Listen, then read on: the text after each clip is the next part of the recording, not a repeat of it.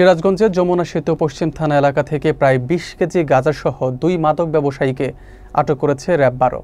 এ সময় তাদের ব্যবহৃত একটি কাভার্ড ভ্যানও জব্দ করা হয়। র্যাবের পক্ষ থেকে জানানো হয়েছে যে গোপন সংবাদের ভিত্তিতে অভিযান চালিয়ে তাদের আটক করা হয়েছে। আটককৃতরা দীর্ঘদিন ধরে কাভার্ড ভ্যানে করে দেশের বিভিন্ন স্থানে মাদক সরবরাহ করে আসছিল বলে জানা গেছে। বিস্তারিত থাকছে হেলাল আহমেদ ইরশানের তথ্যচিত্রে। আজ সকালে এক সংবাদ বিজ্ঞপ্তিতে র্যাব-১২ এর সহকারী পুলিশ সুপার মোহাম্মদ ওসমান গনি নিশ্চিত করেছেন যে গতকাল সন্ধ্যা ৭টার দিকে সিরাজগঞ্জ জেলার যমুনা সেতু পশ্চিম থানাধীন গোলচত্বরে একটি মাদক বিরোধী অভিযান পরিচালনা করে ২০ কেজি গাঁজাসহ আলী নেওয়াজ খোকন এবং রিপন চন্দ্র মণ্ডল নামে ২ মাদক কারবারিকে গ্রেপ্তার করা হয়েছে। এ সময় মাদক পরিবহনে ব্যবহৃত একটি কাভার্ড ভ্যান, ২টি মোবাইল ফোন এবং নগদ ১৩০০ টাকা জব্দ করা হয়।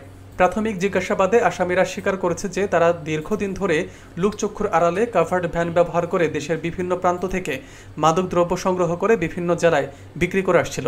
এই ঘটনায় গ্রেপ্তারকৃত আসামিদের বিরুদ্ধে যমুনা সেতু পশ্চিম থানায় মাদকদ্রব্য নিয়ন্ত্রণ আইনে একটি মামলা দায়ের করা হয়েছে।